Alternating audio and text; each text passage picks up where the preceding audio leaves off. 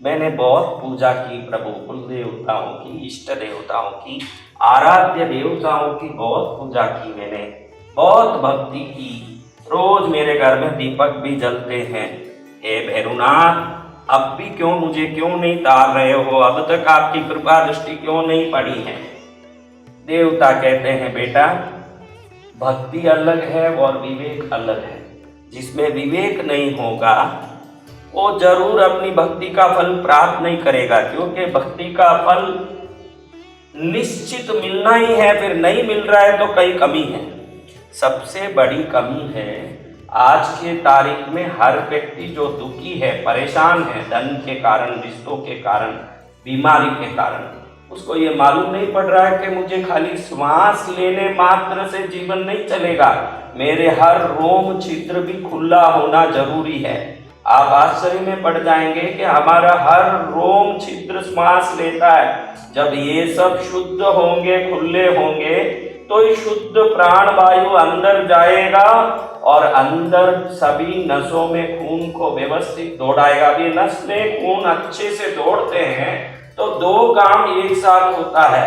एक तो ये रोम छिद्र खुलने से, प्राण वायु हर रोम छिद्र से अच्छे से जाने से अंदर रक्त का बहाव शुद्ध और स्वस्थ होने से स्वास्थ्य भी अनुकूल रहता है। फिर जब ये बहाव अच्छे से होने से अंदर जो ऊर्जा उत्पन्न होती है, ये ऊर्जा ही दैविक शक्तियों को, सद्गुणों की शक्तियों को अंदर से बाहर आभा मंडल के रूप में विकसित करते हैं। आपकी ऑरा फील्ड तय करती है कि आपके जीवन में आपको क्या मिलेगा, आपको क्या नहीं मिलेगा। हे मेरे भैरवनाथ, हे मेरे प्यारे, आपकी तो मैंने पूजा की, आपने भी मुझे खूब शक्ति दे दिया। ये संसार समझ नहीं पा रहा है कि आपकी शक्ति शरीर में ज्योति के रूप में, आभा के रूप में, आभा मंडल के रूप में बाहर जाके धन को आकर्षित करता है, पैसे को आकर्षित करता है, रिश्ते को आकर्षित करता है, सुख को आकर्षित करता है, सम्मान को आकर्षित करता है, हजारों चीजों को आकर्षित करता है मेरे नाथ। लेकिन लोग ये समझ नहीं पा रहे हैं कि आपका दिया हुआ शरीर के अंदर बंद पड़ा है। कोई समझ नहीं पा रहे हैं कि मेरी आराधना, पूजा, मेरे जीवन में किया हुआ मेहनत, मेरी एनर्जी से, मेरे अंदर से निकलने वाली शक्ति से मैग्नेट बन के दुनिया से चीजों को खींचेगी। आजकल के केमिकल वाले साबुन, आजकल के केमिकल वाले टूथपेस्ट आपके सभी प्रकार के ऊर्जा के बहाव को बंद कर देते हैं। जो भी आप साबुन लेके नहाते होंगे, सब में चर्बी और केमिकल भरे हैं, जिससे नहाने से एक परत बन जाती है। वो अदृश्य परत हमारे रोम कूपों से शक्ति को बाहर जाने से रोकती है। मेरे भैरवनाथ, आपकी शक्ति को पाके भी दुनिया दुखी क्यों है? क्योंकि वो शक्ति ऊर्जा के रूप में शरीर से बाहर नहीं निकल पा रही है। सभी प्यारों को निवेदन करूंगा, हफ्ते में कम से कम एक बार अगर शरीर गर्मी का शरीर हो तो तिल के तेल से अच्छे मल के मालिश करके शनिवार के दिन निश्चित एक बार नहाइए। सभी ये रोम छिद्रों में भरे हुए जितने भी बंद हुए छेद है, सबको खोलने के लिए अच्छे से मल के मालिश करके नहाइए। जिसका शरीर गर्मी का हो वो तिल के तेल से नहाए, तिल का तेल ठंड करता है। जिसका शरीर ठंड का हो वो सरसों के तेल से नहाए। लकवा आदि कई बीमारियों में भी सरसों के तेल से मलने से शरीर को बल और शक्ति मिलता है, अंदर के खून के बहाव को शुद्ध करता है। आप ध्यान रखना, स्वास्थ्य भी एक धन है, वो भी शरीर के रोम को खुले हो तो ही अच्छे से अंदर प्राण वायु जाने से वो स्वास्थ्य धन आपको प्राप्त होगा। लंबी समय से कोई बीमारी से परेशान हो, कोई कई प्रकार की गोली दवाई लेने के बाद भी आपकी बीमारी नहीं मिट रही है, तो समझ लेना आपके रोम द्वार बंद होने से लाखों करोड़ों लोगों के इलाज के बाद भी कोई फायदा नहीं होता। लंबी बीमारी से परेशान हो या लंबी दरिद्रता से परेशान हो, लंबे दुख से परेशान हो, आप किसी भी प्रकार की परेशानी से हो तो आपके परेशानी को आपका दुर्बल आभा मंडल ही तय करता है। अगर आपका ऑरा फील्ड नेगेटिव होगा तो जो जीवन में आएंगे लोग, जो चीजें आएगी, जो घटना होगी, सब नेगेटिव होगी। आपके विचार को बदलना तो पड़ेगा ही, विचार को सकारात्मक रखना पड़ेगा ही, साथ में शरीर को भी शुद्ध और सकारात्मक रखना पड़ेगा। 100 में 99 लोगों के अदृश्य परत के कारण रोम छिद्र बंद होते हैं। हर हफ्ते एक बार अगर तेल का स्नान करने का अगर मन नहीं हो तो गुरुवार के दिन शुद्ध बेसन लेके थोड़ा सा मलाई दूध डाल के, हल्दी डाल के, थोड़ा गुलाब जल डाल के उबटन बना के नहा के देखिए। उस दिन आप हल्का महसूस करेंगे और स्वस्थ महसूस करेंगे। ये स्वास्थ्य और ये हल्कापन आपके रोम छिद्र में भरे हुए कचरे निकल जाने से, प्राण वायु अच्छे से हर एक बारीक बारीक छेद से अंदर जाके शरीर को ताजा करता है, इससे होता है।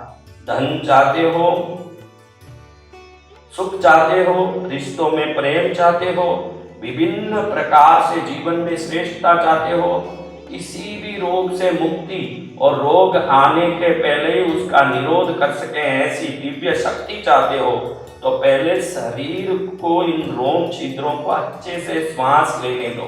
ये मत समझो कि श्वास नाक से लिया जाता है, श्वास हर एक रोम के कूपों से लिया जाता है। हर रोम जहाँ है वहाँ एक छेद है, वहां से प्राण वायु अंदर जाता है।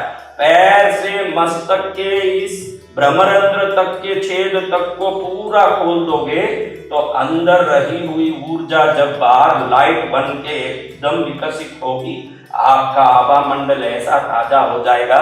मेरे प्यारे देवताओं की पूजा करने का फल आपको पूर्ण रूप से प्राप्त होगा। अगर लंबे बीमारी से दुखी हो तो भी बेसन जैसे उपटन से ये तेल से स्नान करो। उपटन से करो तो गुरुवार को करो और तेल से करो तो शनिवार को करो। और मैंने बताया जैसे गर्मी का शरीर है तो तिल के तेल से करो और सर्दी का शरीर है तो सरसों के तेल से करो। इन कार्यों को करने से हमारी आभा मंडल शुद्ध हो जाए तो हम चाहे वस्तु को प्राप्त कर सकते हैं। और इन वस्तुओं को प्राप्त करने के लिए सदा अपने जीवन की आज की जो दुख दरिद्रता है, आज का जो वातावरण है, उसको न सोचते हुए सदा सकारात्मक विचार को सामने रखो, क्योंकि जो सोचोगे वही जीवन में आएगा।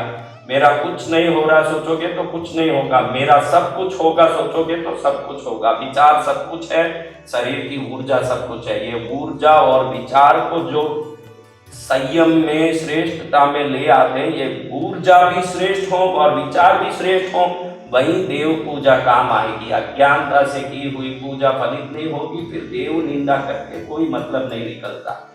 भक्ति करने की, सच्ची श्रद्धा की अगर शिक्षा लेनी हो तो अच्छा अवसर है कि जून 8 तारीख रविवार, 9 तारीख सोमवार, 10 तारीख मंगलवार, तीनों दिन कृष्णगिरी में माँ का अद्भुत भजन, भक्ति और ऊर्जा संग्रह का कार्यक्रम हो रहा है। ये तीर्थ पूरा एक दिव्य आभा मंडल से भरा है।